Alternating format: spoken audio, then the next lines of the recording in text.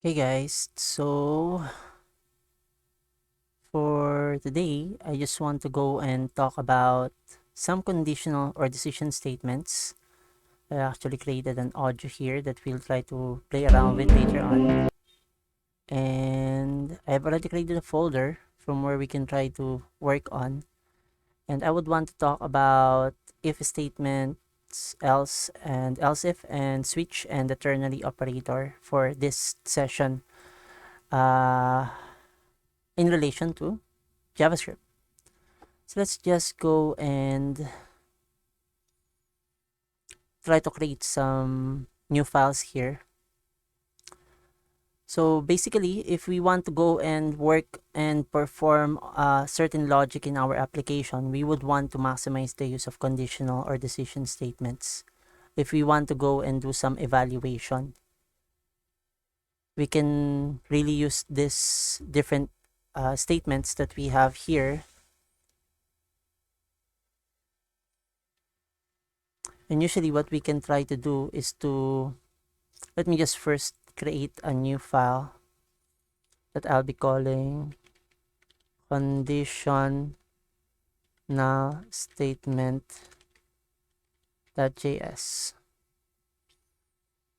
And I'm also going to create a conditional statement.html file from where we will be having some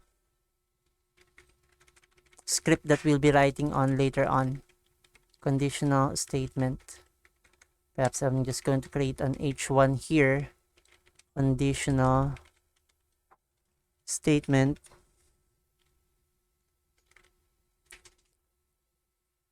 exercise.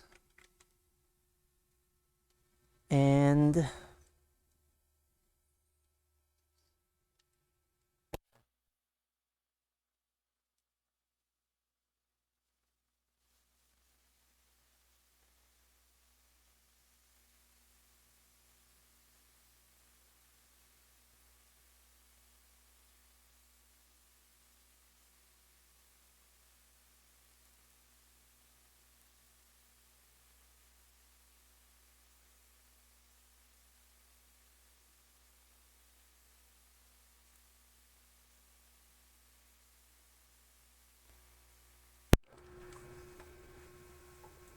so later we'll be working on a script here. We can try to have a script tag. And then, but we'll be working on our conditional statement.html file later on. Let me just open that in my file explorer. I'm going to open that up on my browser. So later we'll be able to work on this. And here, let's first try to have some expression that we can try to set up. So let's say we have a var count, assign the value of 5. And we can say if, we can say that in here we can have some sort of an evaluation. We want to evaluate an expression inside of the open and close parenthesis that we have here.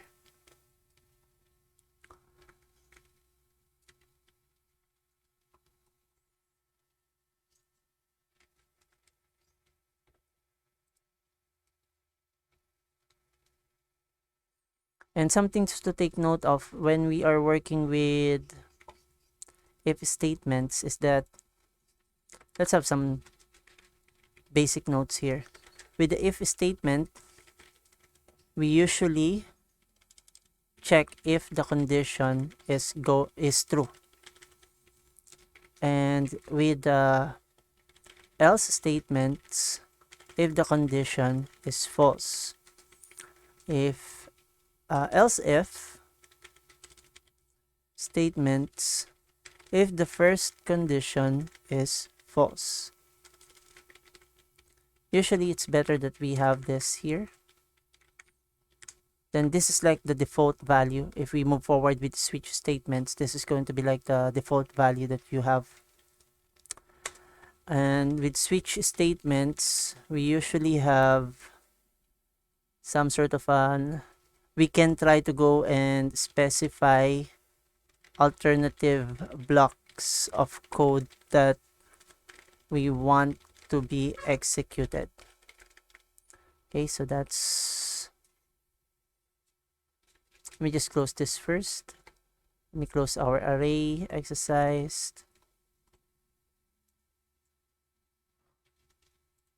And let me just go to my node here.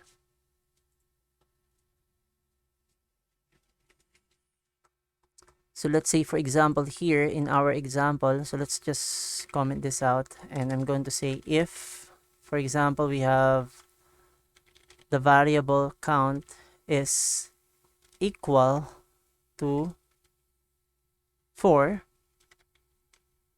then we can try to console.log count is 4, right? So if we try to run this, we should be able to cd to our 07. Just change directory to my 07. Why do I keep on getting my 4 here? And let's run conditional node conditional statement.js. So what did we get?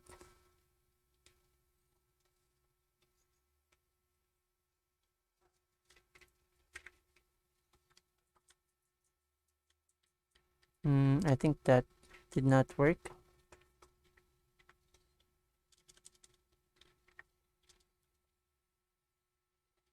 That's because we can see here that we're not getting anything, because basically this is not true, right? Count is not equal to 5. That's why we're not getting anything.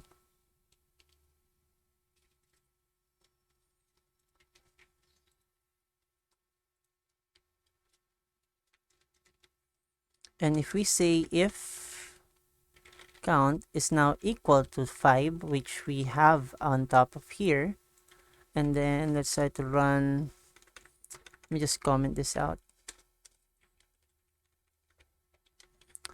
Because if we're working with the if statement, we want to make sure that this is going to be true.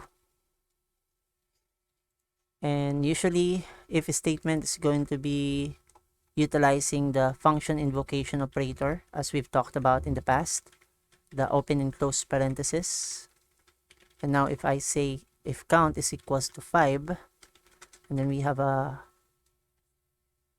code block here, then we will be executing some instructions. Let's say we want to console.log this condition is true, and will display this text on the console.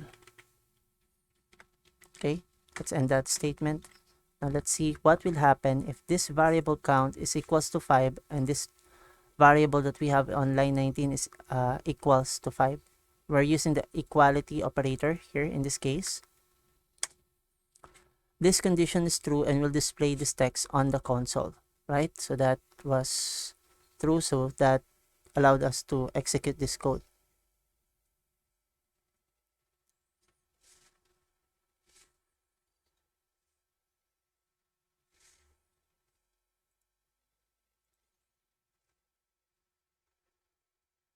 So let's say I would want to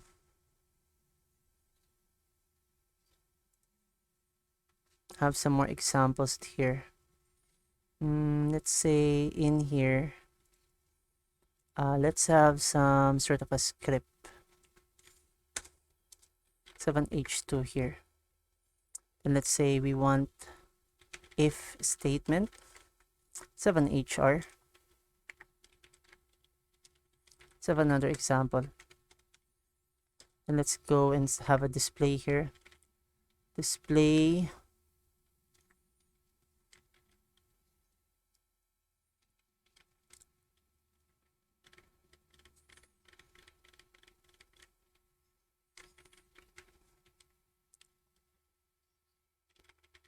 afternoon.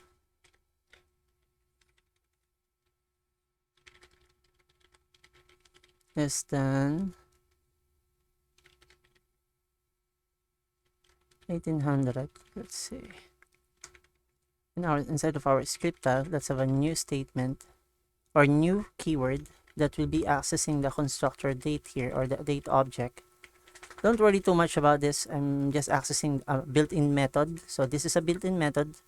This is not customized. We're accessing that from the date object in JavaScript. And we're going to check out less than 18 hours. And we want to get the document that get element by ID. So let's use single quotes here. Let's give this demo 1, and I'm going to call this ID demo 1. Then here let's have inner HTML is assign the value of good day or good afternoon.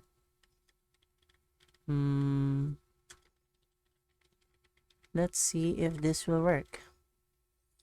Let's go to our browser and refresh. So it does do that because currently in my clock, current time in the Philippines, it's 4:23 p.m. Okay, so that's working.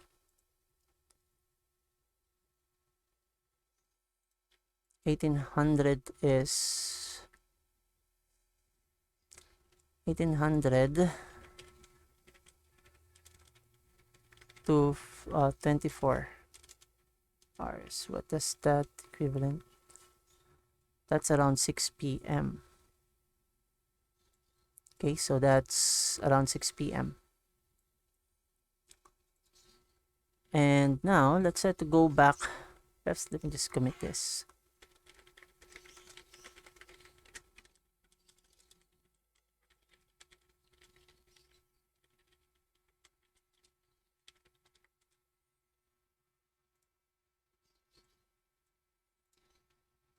Now let's try to go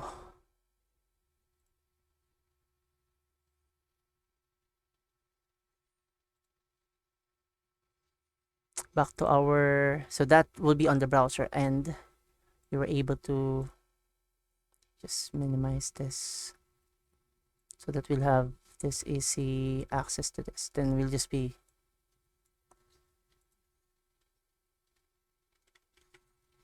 resizing this from time to time.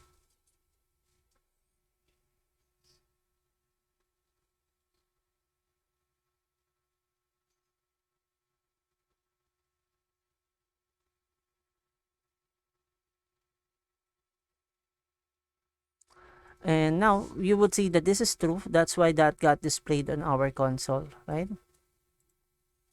What's getting displayed? Let me just clear this first, or CLS.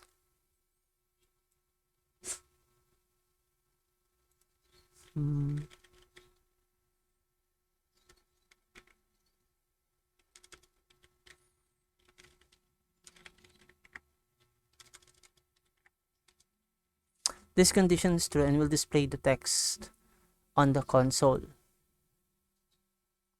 if the expression that we've made is true. And we can have optional else or else if statements for us to be able to nest or evaluate some expressions.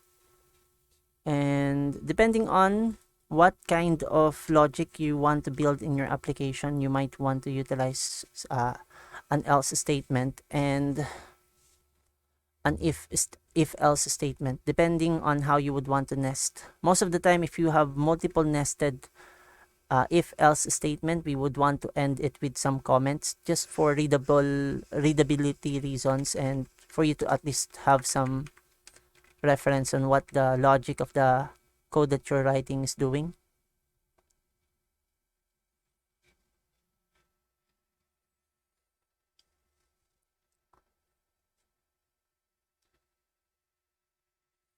So let's say, for example, this is not going to be true, right? We have count. Let's copy this or let's add an else statement.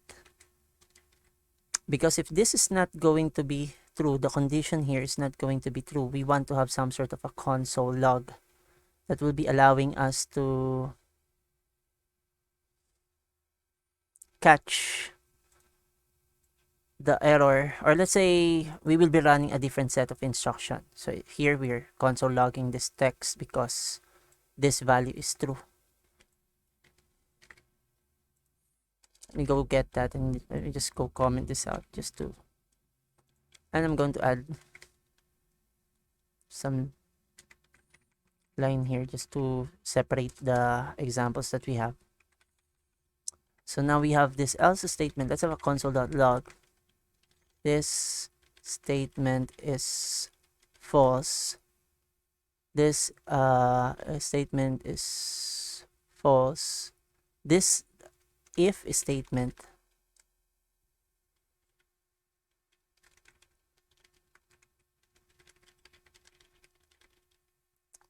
so this text should be executed on the console.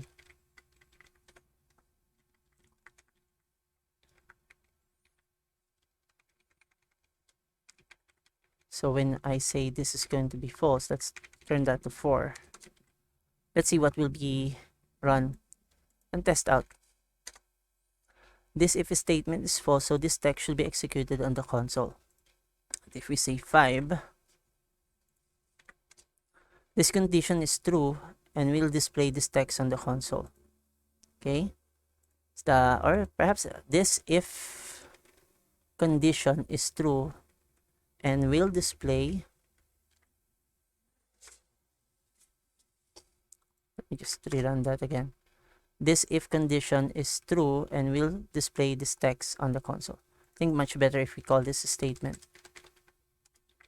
Okay. So you'll see that's how the else statement works.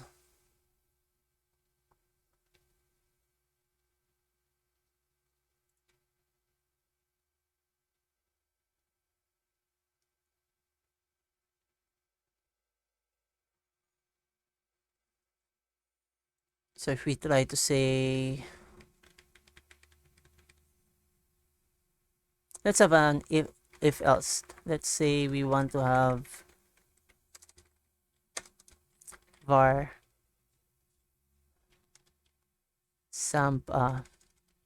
counter is equals to 0, and then let's have an if statement. If var counter is equals to 2, console.log counter is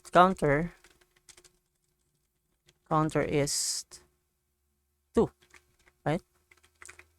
And then we have an else if that will say if counter is greater than 4, then we want to have a console.log that will be saying counter is greater than 4. And we forgot this. Just have, I think let's, then let's have this, let's go and this statement, and then let's have another else if statement that will be saying counter is less than 4, or let's say 2, or less than 2. Then let's have console.log counter is less than 2. Okay, then at the end we can nest this else statement that says that console.log counter is not 2. And we know that this will not be executed if the other lines of instructions are true. Okay, so that means if this is true, if this is false, this will run this. And if this is true, then it stops here. We should be able to get this counter is greater than 2. Then here, else if counter is less than 2, then this will be executed. So far, let's try to see, is counter equals to 2? So we are expecting that this is the one that will be shown on our, so that's correct. If we change our counter to assign the value of 2, we assign the value of 2, we should be getting this counter is equal to 2. Let's have that statement. Counter is equal to 2. If we have a greater value than, so we get counter is greater than 2. And we know that this is not going to be executed anymore, right?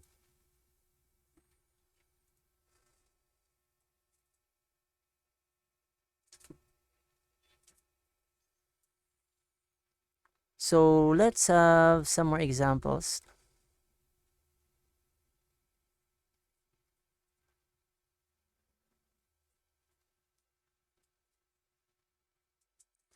So usually you would see here we have some expression. If this statement is true, then execute this line. Here, else if this is not true, then move towards this line. Then if this is still not yet true, then we move forward this another condition. So it's like the else if statement here is allowing us to specify a new condition if, for example, the previous conditions were not true.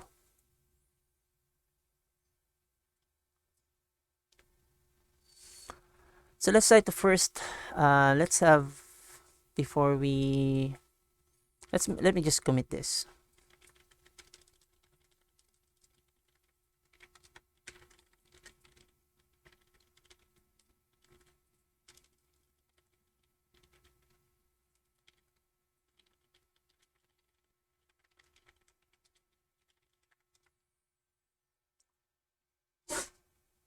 Now let's try to go to our conditional statement here. And I just want to go and have another example with an else statement, but in this case we want to have, let's have h2. Let's say we want to, let's play if statement to play audio in our web document. Okay, now let's try to go and use the audio element. Let's give it an ID of sound. Then inside of that, let's use the sourced element, and let's go get the sourced sample audio.mp3 that we have here, and then type attribute of audio OGG. Those are just some types of files that we have. Then let's go add here a paragraph element with an ID of don't play. So that should not be displaying yet on our browser. If statement to play audio in our web document. And now we do have here don't play, and that's empty. That will be empty. And what we want to do is to run some more scripts here. Let's say I would want to have another script. Let's separate it with another script tag. We can actually put it on the same script tag, but just for, we can actually have multiple script tags. If we can test this out. If it doesn't work, then we can move forward to utilizing, let me just minimize this. Why is that happening? So we have var sound. Let's have a variable sound. We can use let if you want. Document.get element by ID. This is a built-in method. in the document object model. So in the document tree, and we're going to get that sound. Where am I getting this? That is the ID sound here. I'm referencing that. I'm using the attribute ID for me to be able to execute this method that is built into the document object model of our web document here. This is a document. This is part of the whole web document that we have here. And we're just accessing this method inside of it. So this is our built-in methods. Let's have let play is assign the value of false first. And we can see there are no text that are being displayed here, right? What if we try to add a background style? And let's have a background color green. What happens? Can we see anything? Nothing yet, because basically we don't. If we add a here, you will see there's that. So there's that for just for testing purposes, but I won't be keeping that there. Just wanted to show you that. And now we have a variable that we've declared with the value of false. And let's say if play is assigned the value of true, so we are going to use some Boolean values here, and I'm going to use another built-in method. We can talk about more about this in our other exercises, but for now I'm creating an anonymous function. This is a shorthand for a function declaration without a name, and then I'm accessing a built-in method in the document model, which is the play method. So if we try to, let me just explore some things here. If I go to console document that, do we have a document? So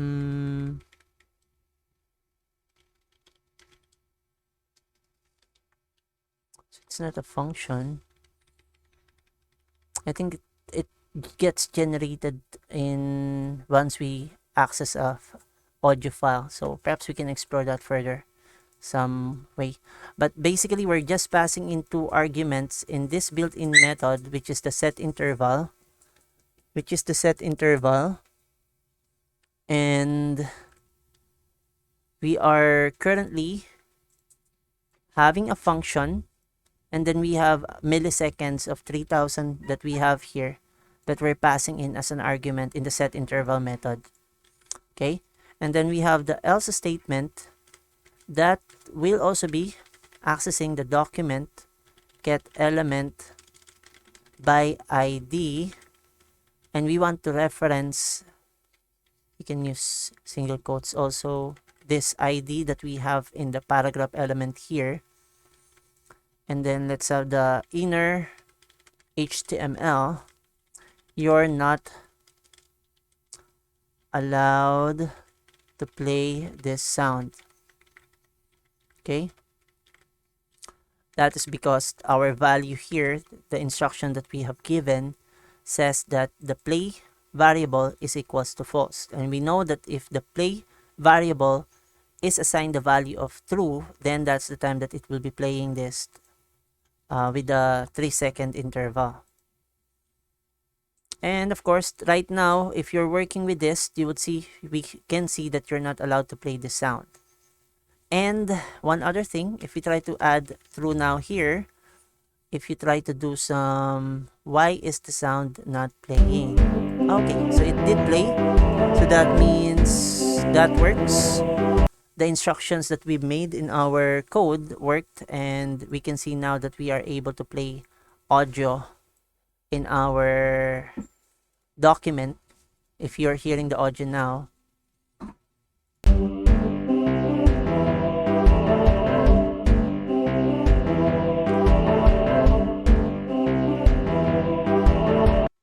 so that's working. Okay, so let's try to again say false. We should see now that this is going to be saying you're not allowed to play this sound. Okay, so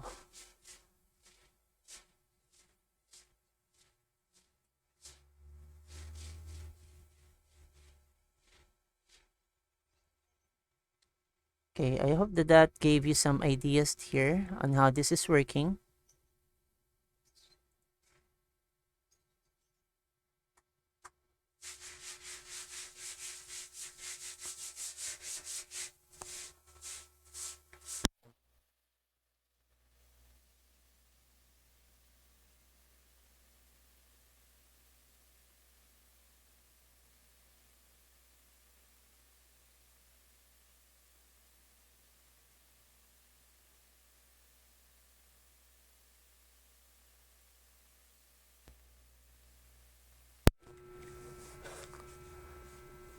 So now let's try to go and check another decision statement. I hope that this is quite clear.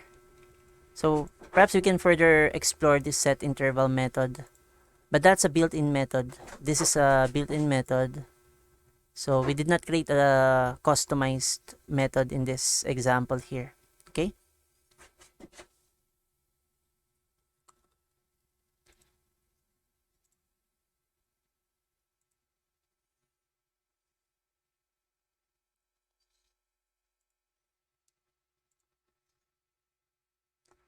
Now, if you want to go and work with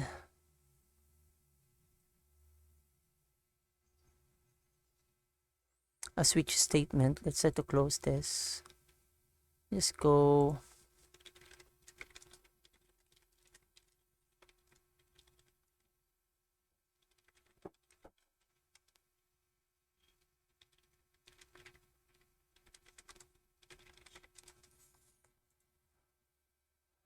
let's now have another example that will be working on the node runtime environment.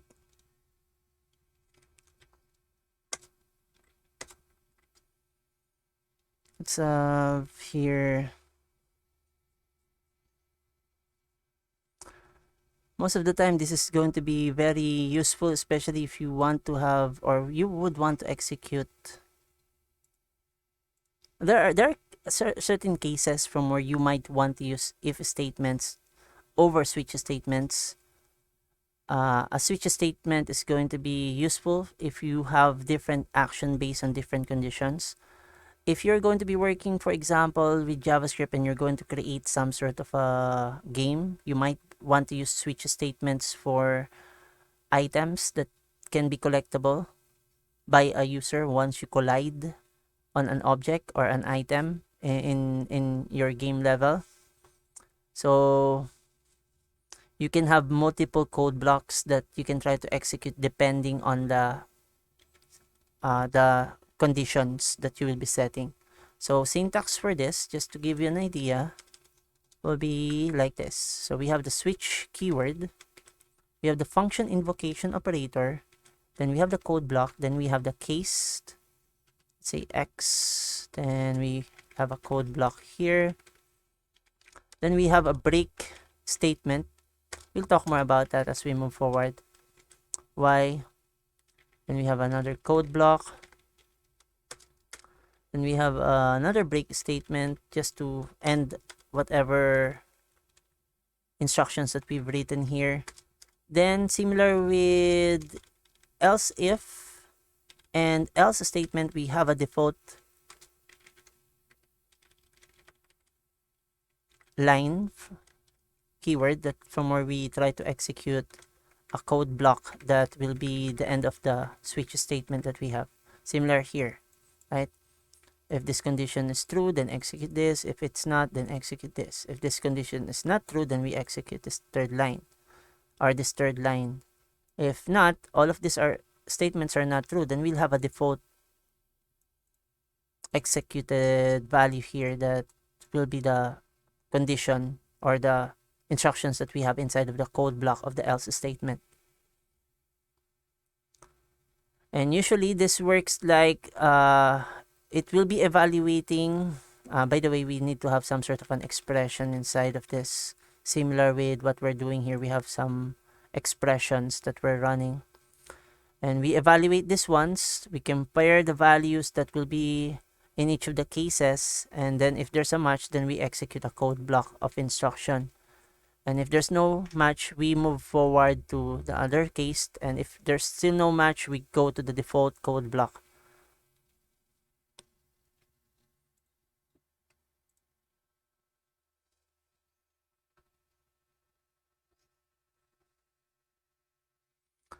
So let's say we want to have some more examples here.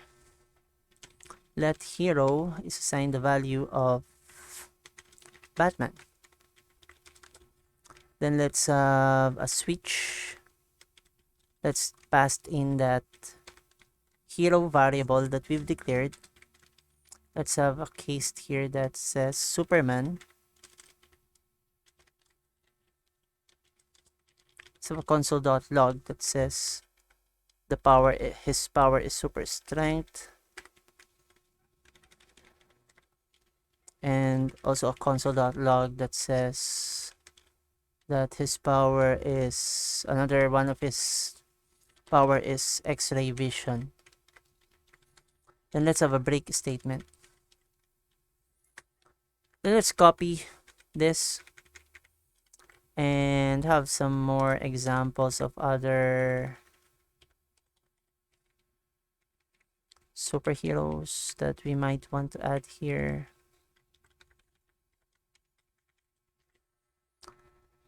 So let's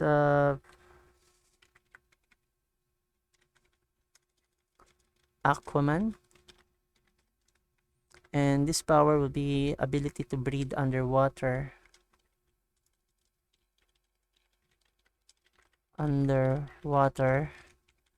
we also have the power of can communicate with sea life, right? Fishes.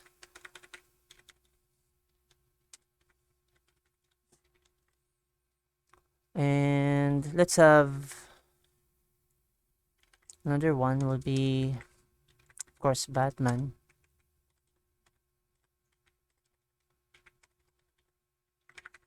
Let's have Batman. And we want to have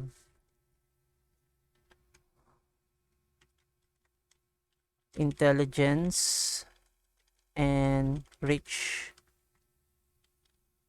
and money. That's his greatest power, right? And he's also a martial arts expert. And then let's have a default.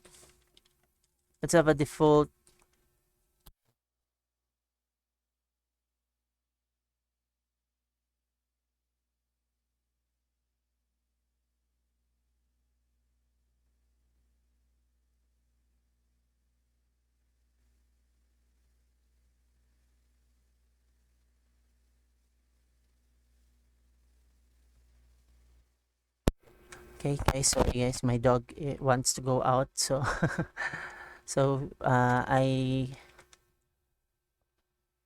where were we? We want the default value to have console log, let's say members of the Justice League, right? Martial arts expert. Let's say what now happens if we try to run this. Let me just increase this. Let's have node. Don't want to go here. Let's try to run it. Node. Let's just run the conditional statement. Counters greater than 2 intelligence and money, a martial arts expert. Okay, let me just say we want to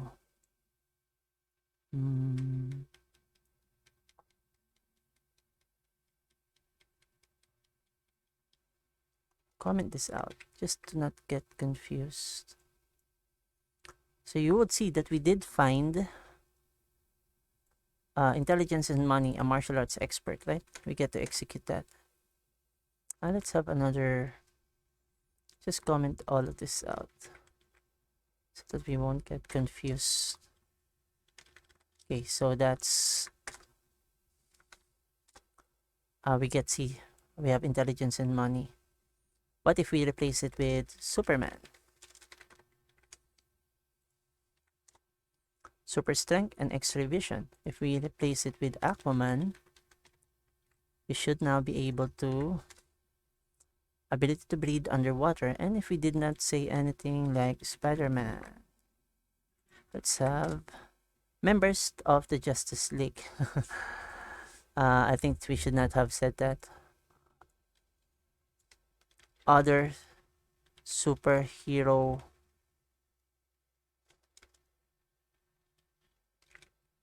think that's a better term because Spider-Man is not actually. Okay, other superheroes. Another superhero.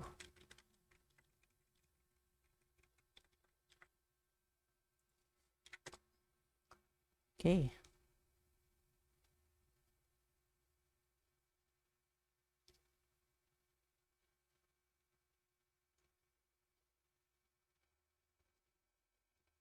So you would see we get to run each of this based on if this is not true, it will break and then move towards this another case, and then if it is not true, then it moves towards this, and if this is still not yet true, then it moves towards the default value of console log another superhero.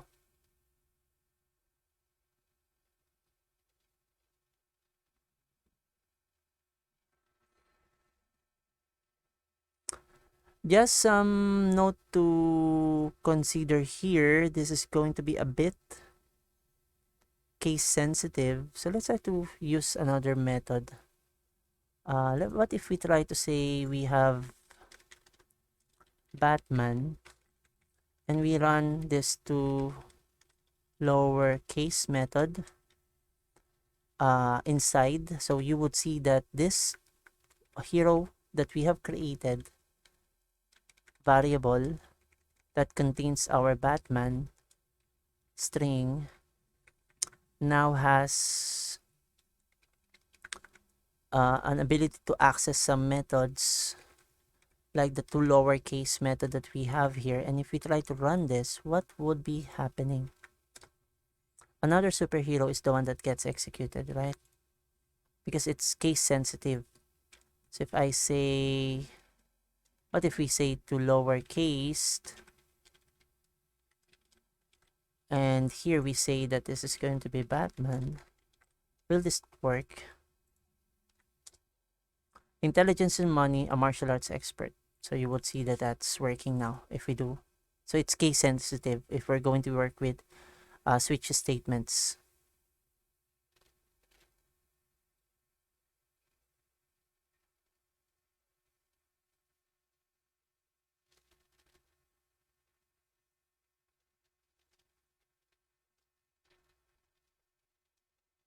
So this is also pretty useful if we're going to be working, for example, with some date objects.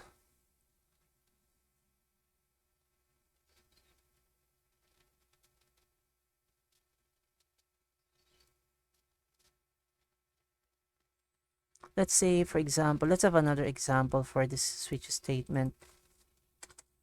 Let's say I would want to have a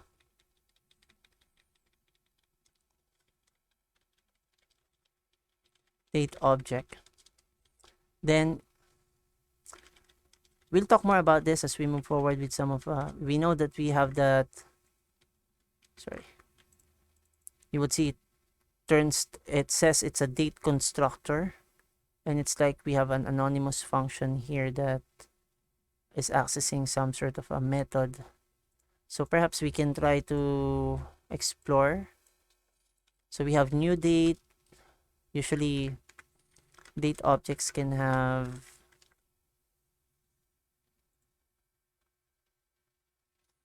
a new date. Let's say we would want to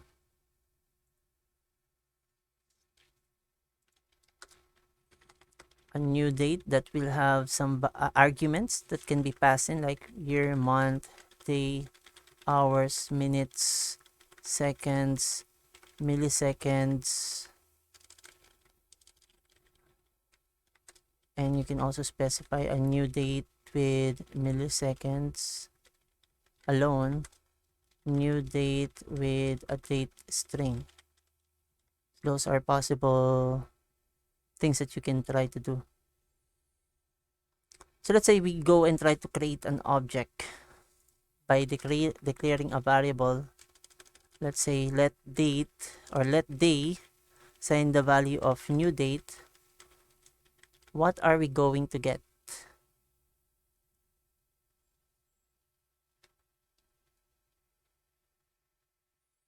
If we have some sort of a switch statement that we will be creating, let's say today, then let's case 0. You can also use numbers, by the way.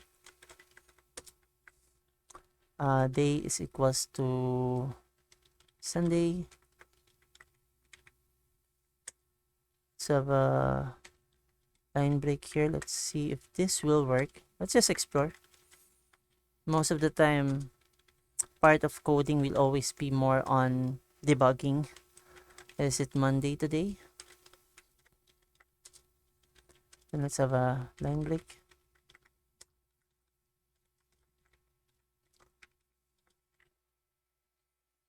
Let's just test things out. I just want to test out here if this will work. Let's have case 2. I think it's better if I type it out. As an exercise, guys, that's what I usually do. Just going to case 3. They assign the value of Wednesday. Let's have a break here. What happened there? Why did I go outside? Let's go have a break here. Case 4. Day is assigned the value of Friday. I'm not sure if this is going to work, so let's just try this out. Let's have case 5. And let's try to debug if ever we do. I think there should be Thursday. We have Friday. And then let's have a break. Then case 6 will be our day. Assign the value of Saturday.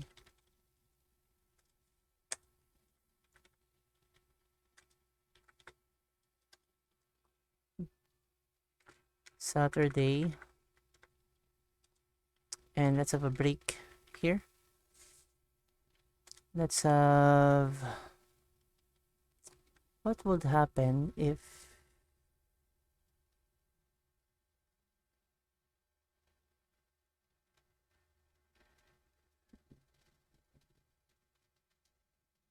I just want to test things out here. Let me just see if this is going to work for us. Let's have a console.log day.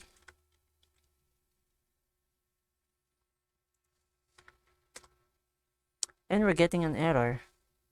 Today is not defined. What do you mean by today is not defined? I think that's because, let's just say day. Okay. And we're getting this 2020 0615 209.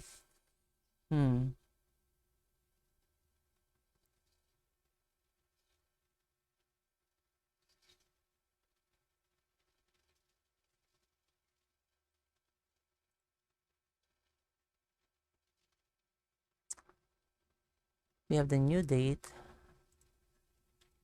that get day method. Let's just see what would happen. It's Thursday. So that's correct, right, guys? So we get to see that Thursday value. We just had to access in that object, the day object that we have here, the method, built-in method get day. And we're able to get the value of Thursday because I think it's Thursday today. Yep, it's Thursday on my clock today.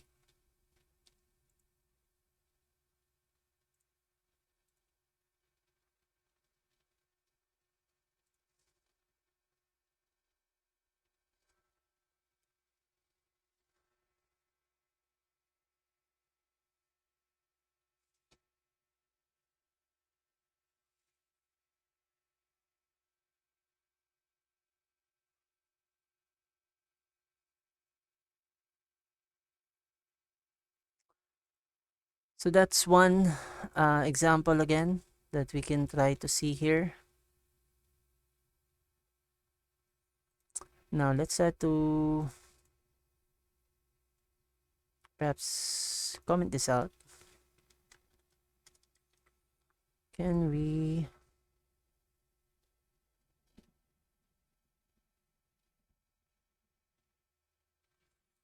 another way to do this, rather than having this this way, we can actually let today assign the value of day dot get day, and now we can just remove this and say today. I think that will be producing the same output now. Let's see, we're getting the Thursday value here. Let me just comment out our example here just to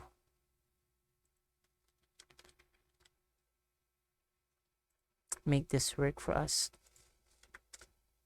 Okay, we're getting the Thursday value.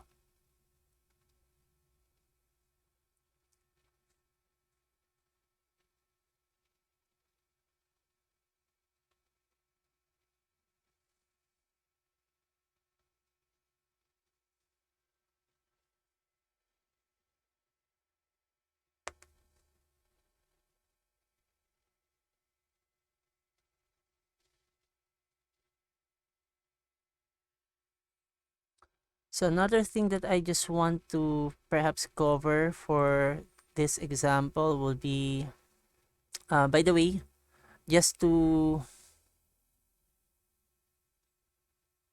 make it clear what this break keyword is doing, it will be breaking out of the switch block, which means it will stop the execution inside of your switch block.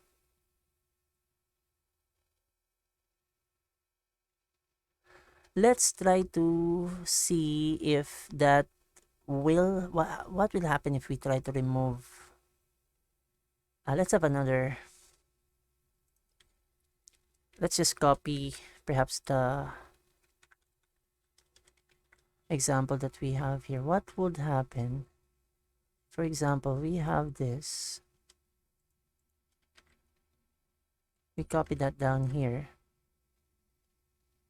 And then we want to go and skip this. What would happen if we don't have that? So it did.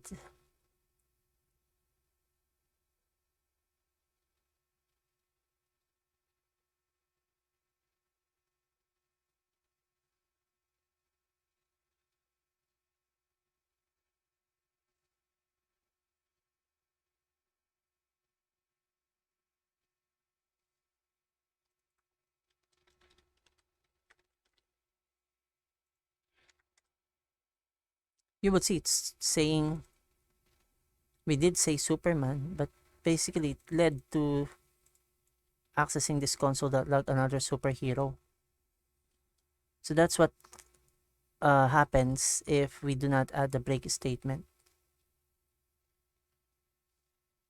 One thing that we that's because we have this to lowercase. I think we have to, let's remove this.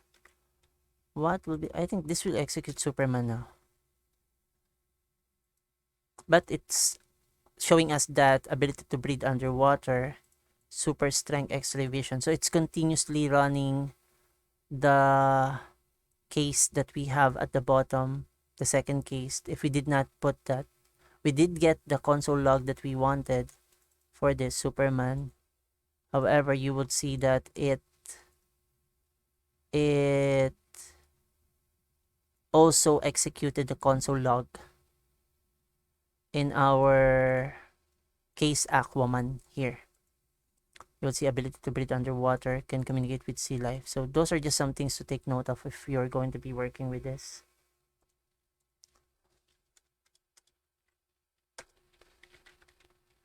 Now if we try to run this, super strength, X-ray vision. That's important, an important thing to take note of if you're going to be working on JavaScript this way with some switch statements.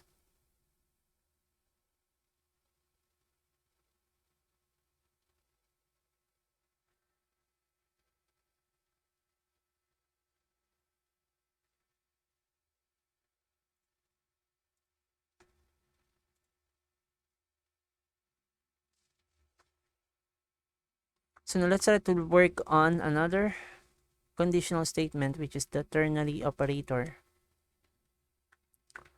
which is going to be useful if we do some inline evaluation of some expressions.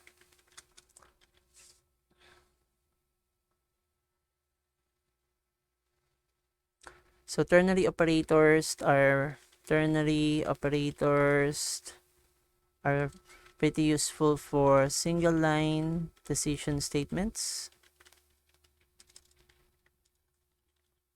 It's useful for evaluating an expression that we want to return a value, and if we want to check for true or false. For evaluating an inline statement, I think that's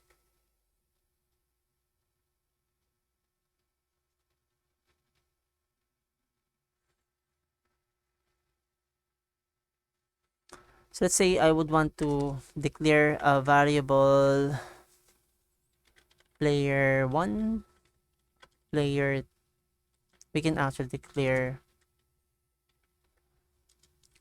player 1 5, player 2 let's also have a string of 5. Then let's have a result value of, let's have a shorthand for player 1, and let's use the strict operator, should be player 2. And we're using strict operator because basically we want to check this is a string and this is actually an integer, right? So we're using a strict operator, and we're using the ternary operator here. Say true and false. So this is an inline statement, single line. Let's just say single line statement from where we are checking for true or false values. If we try to console.log result, what are we going to get? So it's a false value because we know that this is a string and this is an integer data type. What if we did not use the strict operator? What will happen? So you would see we are getting here true. So that's just something to take note of. That's why we have the strict equality operator, because this is what we call equality operator, and the compiler is basically coercing this integer and string to be compared as if they are true, right?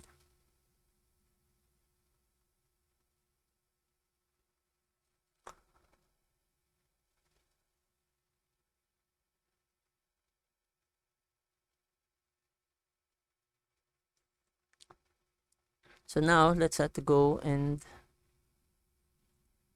break down what the ternary operator will normally have. So usually we know that we have an expression, the question mark. So we have an expression that we're trying to check. Inside of the function invocation operator, we're passing in some expression of a condition. Let's use the strict operator here.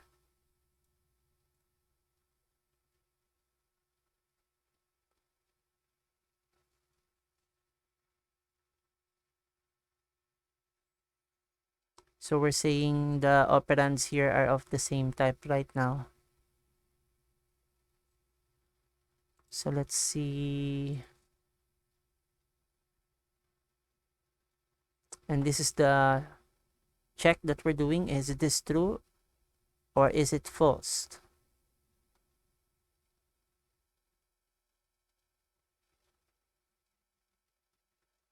And most of the time, when you move forward with React, you might be able to see this, especially when you're working with some states in React.js. So it's good to at least have an idea on what,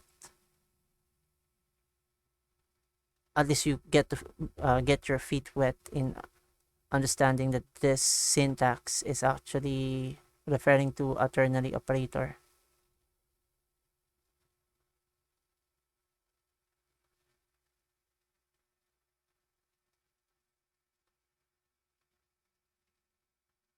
We can actually also say not equal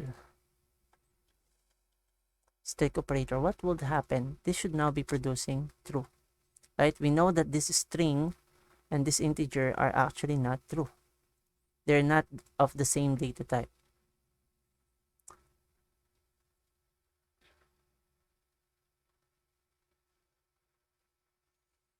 So I think that's it for this session.